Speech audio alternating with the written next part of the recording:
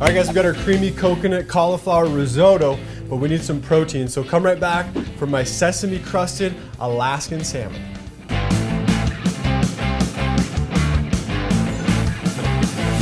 Woo!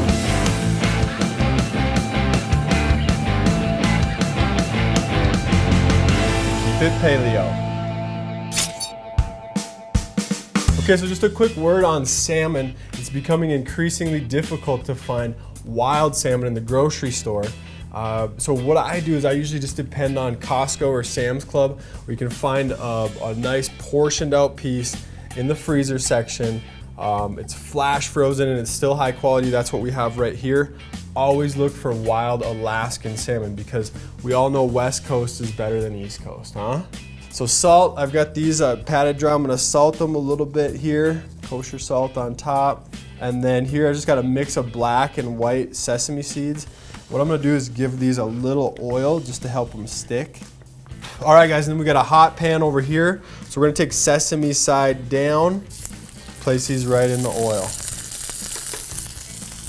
When you load the pan, you wanna do it so that you don't have to move it. We just want to set the piece of fish in there one time, let that crust form. As soon as we move this, it's going to kind of jack up that process. So plan that. I messed up a little bit where we got a bent piece over here. I could have easily put this piece here and had plenty of room, but we're all learning, right? We're all learning. So we're just going to let that cook, and I'm going to throw together some tomato sambal. All right guys, our tomato sambal is colorful and it'll bring some heat to the dish. It'll make it look nice. But it's super simple. That's the best part about it. Got a little mixing bowl here, 2 large Roma tomatoes.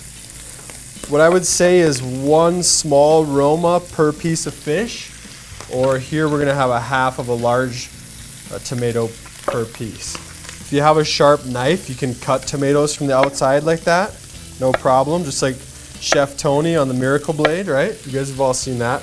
But if your knife is not as sharp as you'd like it to be, then you want to cut it from the inside out, like this.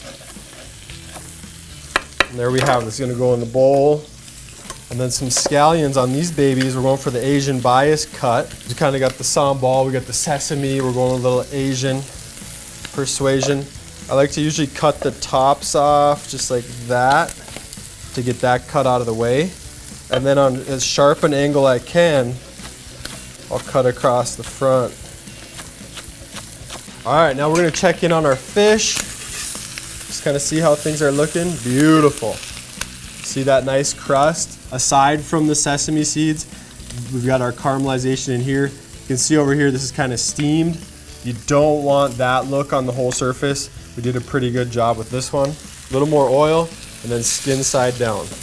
All right guys, so I'd say maybe 60 to 90 seconds on this side and they'll be done. So next up we've got our sambal, which is just fresh chili paste. Take 2 healthy spoonfuls of that. I like it hot so I don't mind, but you can adjust the amount of sambal to your liking, right? That's an easy modification. And that's it guys, super simple sauce. 3 ingredients. I'll light you up, beautiful. Back over here, my fish. I'm just feeling it. You can feel it release. If you want to temp it, it's about 120 degrees is what we're looking for. I'm gonna call these guys good.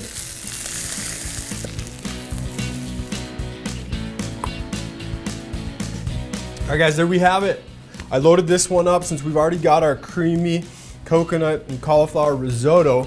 I just paired that up. We taught you that one on Monday. And then this one I plated up family style. If you're gonna do a buffet or family style dinner, you might put all the salmon on one platter with your tomato sambal on top, and then people can pair that up with whatever they want.